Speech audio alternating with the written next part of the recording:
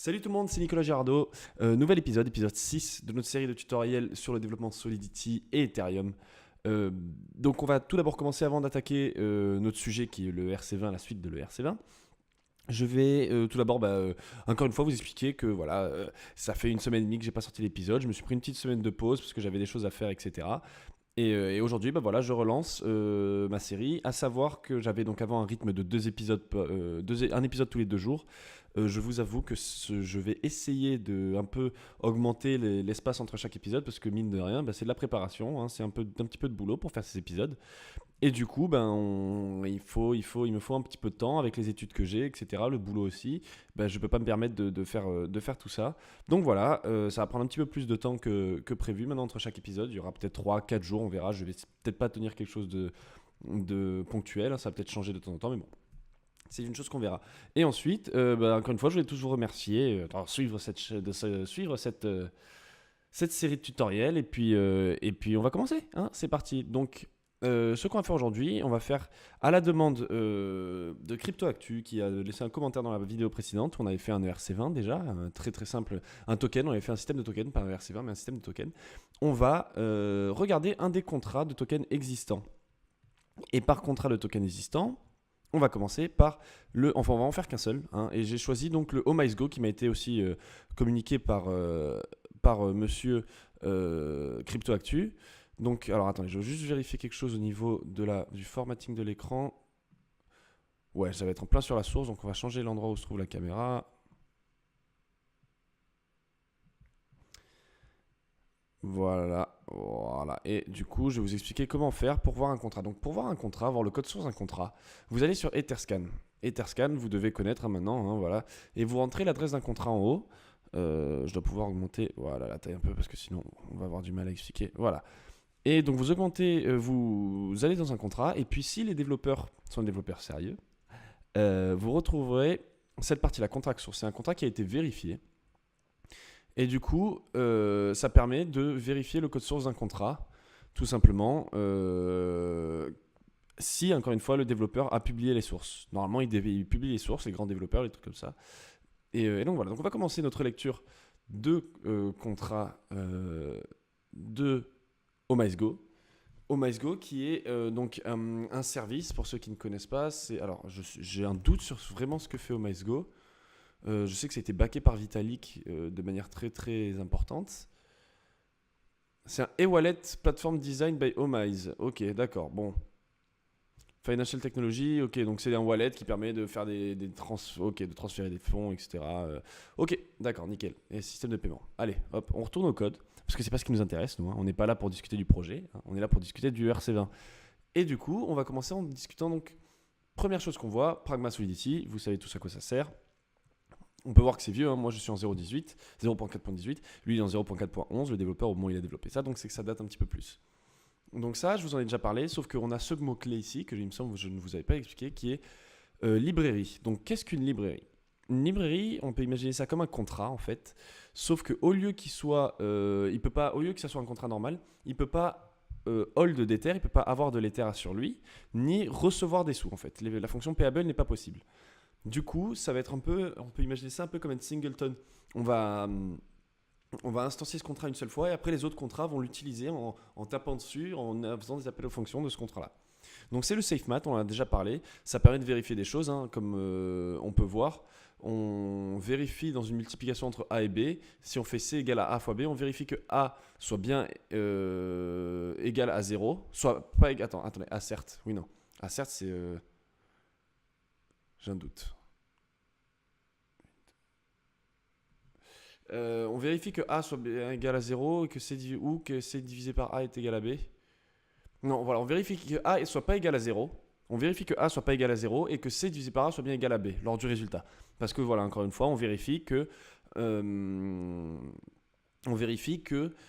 on a bien le système de division par 0 on veut pas qu'il y ait lieu. Et puis encore une fois, le int overflow, ce que je vous disais, hein, on dépasse la valeur de l'int, on revient à 0, etc. Donc là, c'est pour vérifier qu'on a bien le bon résultat. Pareil pour la division, pareil pour la soustraction. Donc on vérifie que B soit bien inférieur à A.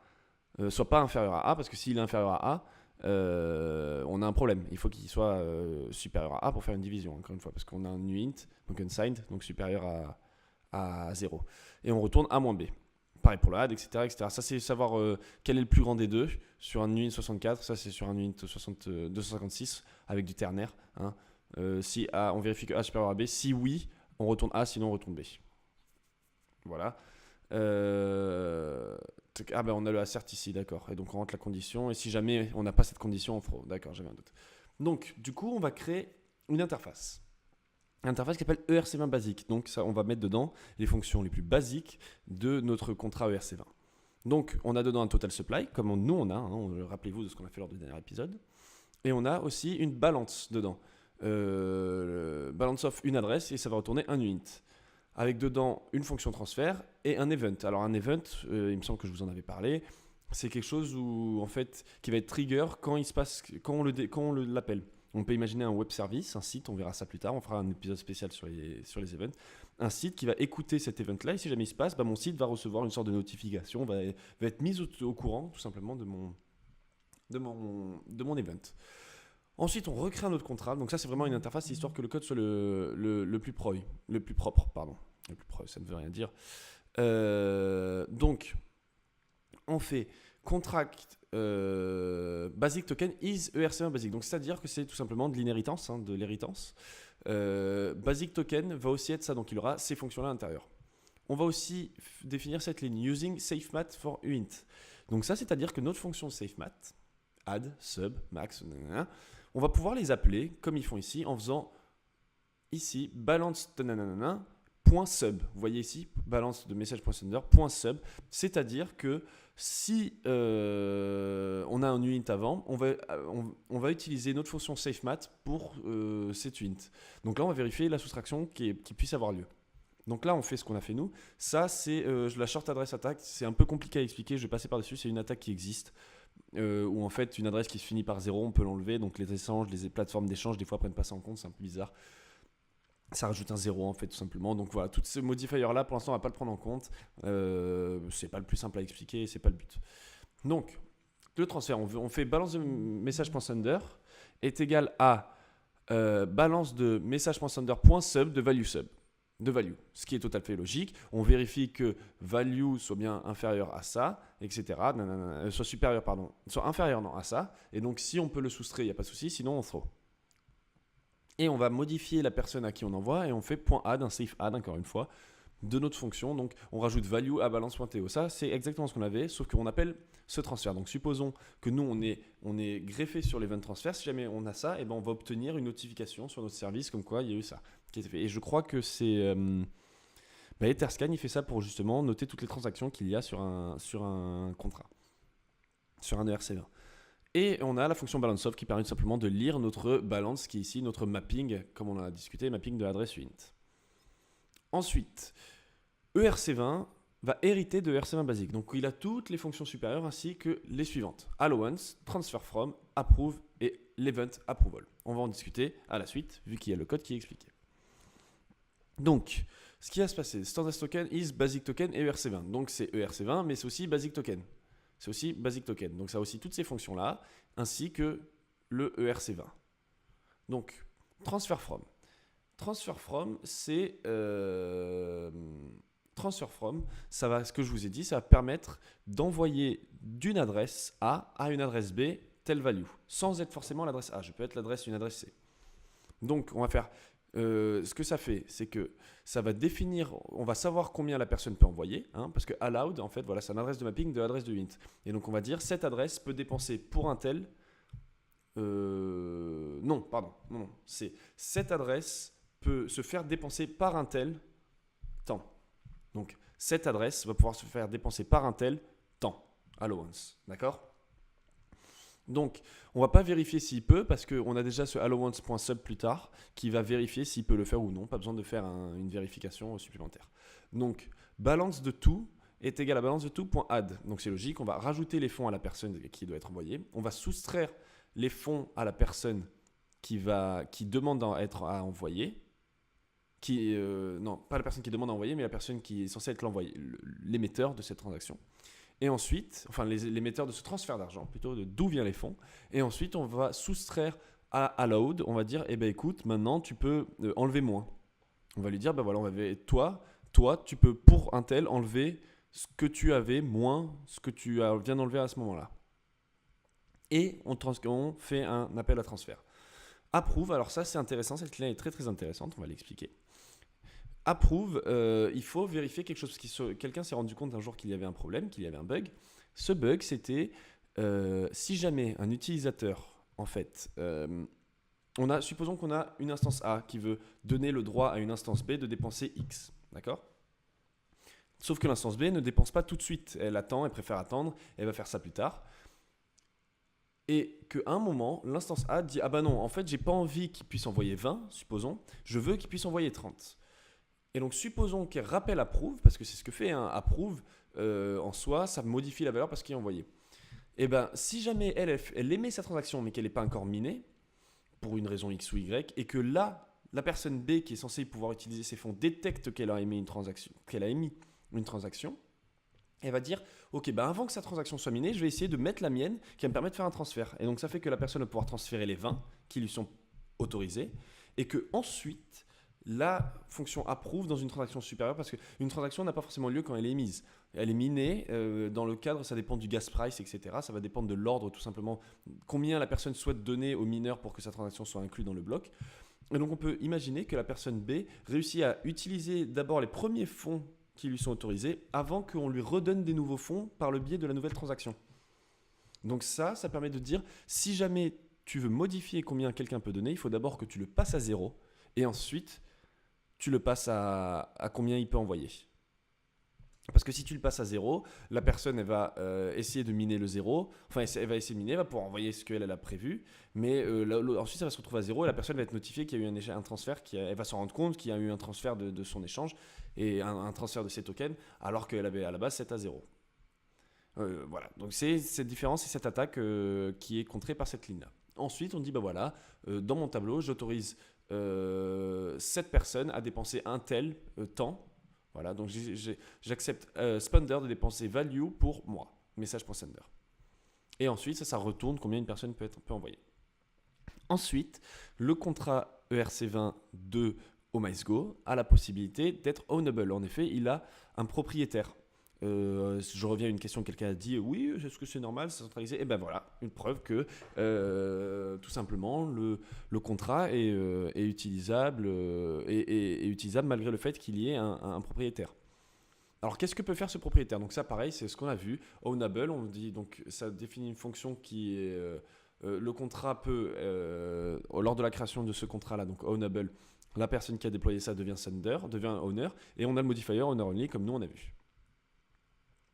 Et on va faire une transfert d'ownership aussi. Ils ont rajouté ça, ce qui permet que seulement le owner peut faire appel à cette fonction et peut définir un nouvel owner, sachant que c'est faux que cette adresse existe. Voilà. Ensuite, mintable. Alors, qu'est-ce que mintable ? C'est-à-dire qu'on peut créer, on va avoir une session où l'on peut créer un nombre de tokens. Donc, par défaut, elle n'est pas finie, elle commence, voilà. On va avoir un event, mint et mint finished, total supply 0. Donc, on va avoir un modifier qui permet de vérifier si jamais le mint est finish, sachant qu'on peut mint qu'une seule fois. La période est ouverte quand le contrat est créé. Une fois qu'elle est clos, elle est clos à tout jamais. Dans le cadre de celui-là, vous le verrez, mais c'est dans le cadre de celui-là. Donc, on a un modifier et puis ensuite on va créer le mint. Donc, on vérifie bien que ce soit seulement le owner qui puisse créer token, qu'il y a seulement lui qui puisse le faire. Et on va faire total supply, donc de notre mintable, est égal à total supply. On ajoute, hop, et la balances, donc la balances de mon token, là c'est pas parce qu'il n'y a pas de total supply ici, de balances ici, mais on reprend celui qui est au-dessus, celui-là. Même pas, c'est celui de l'ERC20, donc enfin on remonte beaucoup. C'est le standard token qui a une balance à l'intérieur, qui a le mapping. Et on va dire, bah ok, la balance de la personne à qui l'owner a décidé de mettre en premier paramètre, à définir, va être égale à la amount. Donc on va dire, ok, tu vas avoir X nouveaux tokens qui ont été créés. On peut imaginer que ce système de mintable, en fait, supposons que c'est un ERC20 qui est basé sur un système de service et quelqu'un qui va dire, bah, ok, moi je fais pour X, tu vas avoir tant de tokens, et bah, au lieu que ce soit un transfert, on va lui rajouter, on va créer les tokens. C'est le cas par exemple du storage. Le storage, c'est un un système qui permet de définir un espace de disque dur à soi et le faire rendre accessible à tout le monde pour qu'ils puissent stocker leurs données. En fait, c'est du peer-to-peer cloud. C'est un cloud peer-to-peer en fait. Et en retour, on va récupérer X storage. Et les storages ne sont pas créés au début, ils sont créés à chaque fois, à chaque fin de mois. Combien tu as créé, combien tu as créé oui, de storage, combien tu as défini d'espace disponible aux gens. Et ben on va te donner X, on va créer de nouveau X tokens pour te les donner. On appelle l'event mint et on return. Et si jamais elle est finish, une fois que le owner décide, bon, j'ai plus envie qu'on crée le token, pour X raison, ça dépend ce que le service fait tout simplement, hein, on va définir cette fonction à false. Ensuite, on a aussi le contrat posable, qui peut être ownable. Hein, donc, parce que à partir du moment où il est ownable, ça veut dire qu'il utilise les droits de owner dessus. Hein. Donc, on va avoir deux events, pose and pose, et ça en fait il va tout simplement définir quand est-ce que le contrat est freeze. Par freeze on peut entendre que plus rien ne peut se faire sur le contrat, avec when not pose et when posed. Voilà, donc when not pose, on peut seulement faire ce truc là si le contrat est posé, et on peut faire seulement ce truc là si le contrat est pas posé.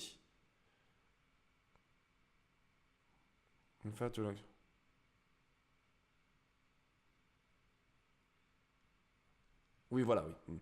Et Luc, on va avoir une fonction qui permet de poser, tout simplement, de dire, ok, on met pause, on freeze mon contrat. Owner only, when not pose, donc on peut seulement le poser quand il n'est pas posé, hein, logique. Et, oui, en fait, c'est faux ça. To allow action only when the contract is not pose. Modifier, when the contract is pose, when not pose, if pose, throw. S'il est pause, il y a une erreur, donc. Oui, non, pardon.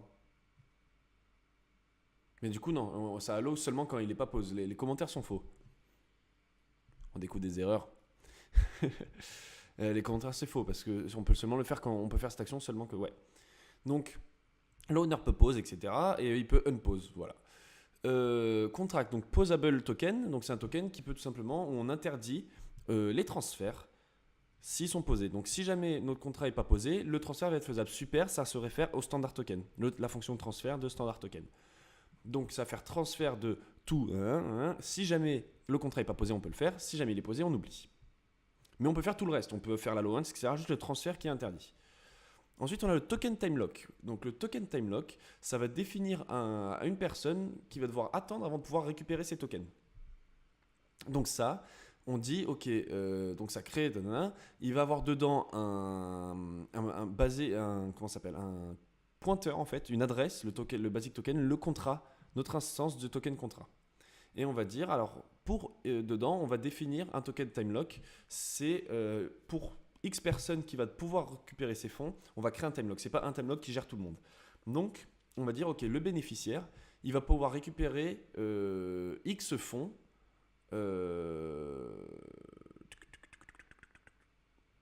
Il va pouvoir récupérer les fonds du token time lock à partir de cette période-là. Ouais, d'accord. Et donc, le token time lock, il va avoir, on va déposer par exemple 4 Ethers dessus et il va renvoyer les tokens la personne va pouvoir les claim à partir de X temps. Donc, claim, on vérifie que la personne soit bien la personne qui a le droit de récupérer ces choses-là. On vérifie que le temps soit bien après le moment où il peut retirer ses fonds. Et puis ensuite, on va dire qu'il va récupérer amount qui va être égal à la token balance of this. Donc, la balance of token, c'est notre contrat de token, point balance of this. Donc, il va pouvoir récupérer combien il a le droit combien il va pouvoir récupérer de tokens. Donc on va vérifier combien il a sur le contrat de token ici. Pardon, je me suis trompé, mais c'est pas en Ether. Mais on va vérifier combien de tokens il a le droit d'utiliser ici. Ok. Et ensuite, on va dire, ok, si amount est supérieur à 0, sachant que 10, c'est ce contrat ici. C'est le contrat de token. Time lock. En fait, ce qui va se passer, excusez-moi, je m'embrouille un peu parce que je l'ai lu 3-4 fois déjà avant de le comprendre ce programme. On va définir un token time lock. Donc, quand on va tout simplement déployer un contrat token time lock. Et ce contrat token time lock, on va lui définir combien de tokens il a. Et on va lui dire, ok, mais toi, tu vas pas pouvoir, à part le biais de cette fonction claim, personne ne pourra récupérer tes tokens tant que tu n'auras pas tant qu'on ne sera pas au-dessus de la release time. Et ça sera seulement une personne qui pourra le faire. Donc on peut imaginer que moi, demain, dans mon contrat, je vais créer un token TimeLock et je dis l'adresse A aura le droit de récupérer X tokens, etc. Et dans ce contrat, il y aura X tokens. Ce contrat sera propriétaire déjà de X tokens. Et donc, une fois qu'il y a ça, on récupère combien donc ce contrat est propriétaire de tokens, de combien de tokens il est propriétaire. Si jamais il est supérieur à 0, on vérifie toujours, on va faire un transfert de tokens. Donc, on va appeler notre contrat de token, notre token serveur, on va faire effectuer la fonction transfert au bénéficiaire du amount. Et donc, ça fait que c'est ce contrat-là, le contrat donc token TimeLock, qui est propriétaire de token, qui va appeler cette fonction-là. Et ensuite, on arrive enfin au dernier contrat, l'OMG token, qui est le contrat officiel, le dernier contrat, celui qui est vraiment celui de notre truc. Il va être un plausible token et un mintable token. Donc, un plausible token, c'est ça qui peut être intéressant. Un plausible token, c'est un standard token et un plausible, et un mintable token, c'est un standard token et un ownable. Donc ça fait que si c'est un standard token, il a toutes les fonctions qu'on a vues au-dessus, le transfert, etc. Il en est capable de les utiliser. Il hérite de ça en fait. Et dedans, donc on va définir le nom, OMG token, le symbole, OMG, ça c'est dans la convention de l'ERC20, et le nombre de décimales, 18. Et donc on va faire fonction mint, on va dedans on va dire, ok, on va créer X token, cette fonction, on va dire, le owner only va pouvoir dire un tel va avoir droit à X tokens qu'on va créer, encore une fois, parce qu'ils ne sont pas créés. On va créer X tokens pour cette personne qui pourra récupérer dans X temps. Donc on va dire que token TimeLock, on va créer donc un nouveau token TimeLock qui va avoir comme adresse de contrat le contrat OMG token. Et pour cette personne, on est d'accord qu'elle doit récupérer ça. Et puis on va créer en même temps X tokens on va créer X tokens qui vont être donnés au TimeLock et on va lui en créer un tel. Ce qui fait que plus tard, si le temps par exemple c'est 2-3 heures, un utilisateur A, le tout, va pouvoir venir récupérer ces OMG tokens. Voilà. J'espère que vous avez compris. C'est un peu compliqué à expliquer un contrat comme ça parce que ça n'a rien à voir avec nous ce qu'on a fait. C'est ultra complexe par rapport à nous ce qu'on a fait. Mais voilà, j'espère que ça vous a plu. J'espère que ça n'a pas été trop compliqué et que tout simplement c'était quelque chose d'intéressant parce que c'est ce qu'on voit de plus en plus, même si maintenant on commence à avoir différents standards qui existent en token. Il se peut qu'on découvre une nouvelle convention un peu de token. Et du coup voilà, j'espère que ça vous a plu encore une fois. Et puis on va se retrouver du coup pour le prochain épisode qui sortira dans les jours à venir, encore une fois, pas après-demain, du coup, vu que comme j'ai dit au début de la vidéo. Mais donc voilà, j'espère que ça vous a plu encore une fois, ça fait 4 fois que je vous le demande, mais parce que je l'espère vraiment. Et on se retrouve une prochaine fois. Allez, ciao tout le monde.